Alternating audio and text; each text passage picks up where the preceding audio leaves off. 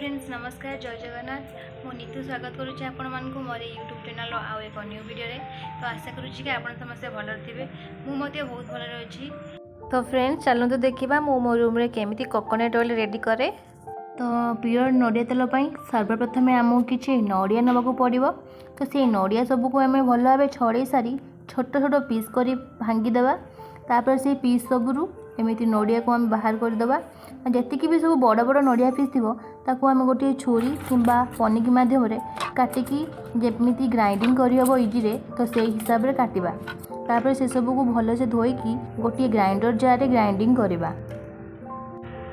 Grinding करने बेले से किसी पानी दबा कहीं आमको ग्राइंडिंग करने लगी बहुत इजी हम। तो एमती टाइप रे सब नड़िया को आम एमती ग्राइंडिंग करदेबा। तो फ्रेंड्स देखो फाइनली मत ये कोकोनट पेस्ट मिलला और से भी पुणी 4टी नड़िया से सब पेस्ट को आम एमती भल से चकोड़ी दबा। ताकू एमती चकोड़ा द्वारा तार सब जूस भल भाव बाहरी पड़ो। तो देखो मु क्यों प्रोसेस रे करुँची।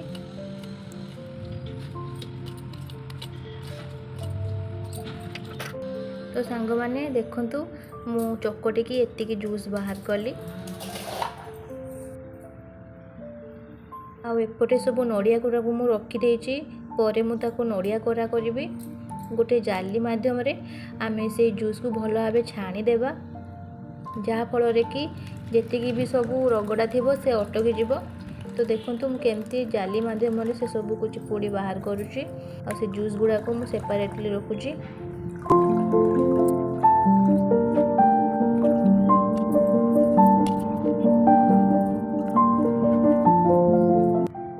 तो फ्रेंड्स फाइनली देखो 4टी कोकोनट रे आमको एतिक सारा जूस मिलला।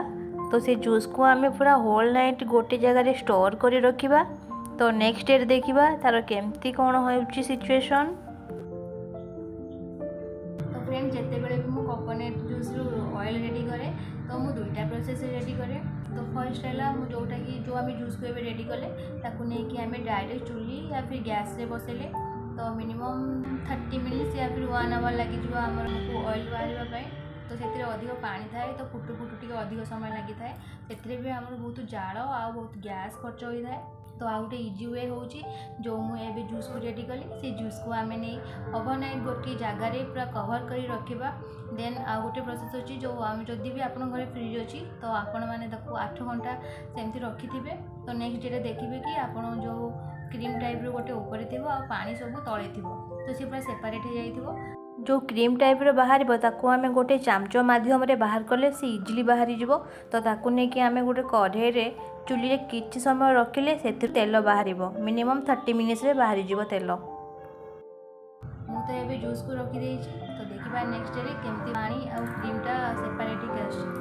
तो फ्रेंड्स देखंतु फाइनली लुक मु आपन को जो कहली सेटा जो क्रीमटा बाहर। तो देखंतु केते इजिली मु बाहर करूची। देखंतु पानी पूरा अलग हो जाइछि और सी क्रीमटा पूरा अलग हो जाइछि। तो एथिरे बहुत इजी हुए आमको तेल बाहर करिया लगी आ बहुत कम समय भी लगी थाए। तो मु आशा करूची कि आपण माने ए प्रोसेस निश्चय ट्राई करंतु। तो फ्रेंड्स तापरे मु चुली रे जाळ लगी पूरा रेडी कर देली। सेथिरे मु कढ़ई रे जेती सब क्रीम थिला सब रखी देई चुली रे किछि समय छाड़ी देली आ उदुदिया खरारे बसिक अपेक्षा कली केतेबेले तेल बाहर। तो फ्रेंड्स कोकोनट ऑयल बाहर करने मिनिमम 30 मिनिट्स लगे। तो 30 मिनिट्स पर्यंत अपेक्षा करवा। वर्षा ओदा हो जाए जलू ना खाली धुआं हो देखो शुद्ध जलू ना जेहेतु वर्षा होता से सब जाल गुड़ाक ओदा हो जाए जलू ना। लास्ट को बाध्य हो गोटे बोरा पड़े देखिया कौन हो पूरा जलिब जदि जलिब ना। फाइनली एत परिश्रम कलापर देखु तेल बाहर स्टार्ट हो गलानी। तो आपण मैंने देखिपे सब तेल केते सुंदर भावे फुटुची।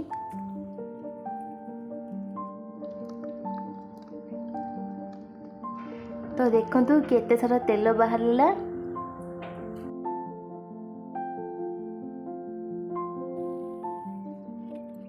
तो फ्रेंड्स आपण मैंने देखिपे कि मोर परिश्रम फल मिल जाइए। तो फाइनली प्योर कोकोनट ऑयल एबे मते मिली सारी। तो देखंतु केते सुंदर देखा जाउची और से बहुत सुंदर भी स्मेल करूची। तेल को किछि दिन स्टोर कर रखिबा लागि मु गोटे बोतल रखी देइची। तो फ्रेंड्स आपण माने तो सब जानिथिबे कि एई प्योर कोकोनट ऑयल बहुत सारा बेनिफिट्स रही। यही कोकोनट ऑयल यूज करने द्वारा आमर हेयर फॉल समस्या दूर होता है। जदि भी आपण बॉडी रे किछि घा किंबा जली पड़ी जाइथिबो दीर्घ दिन धरी सुखु नथिबो तो यही कोकोनट ऑयल को मिनिमम 7-8 दिन कंटिन्यू लगेवा द्वारा ता बहुत शीघ्र रिजल्ट आपको मिल जाए जहाँकि बहुत शीघ्र सुखी बहुत भल हो जाए।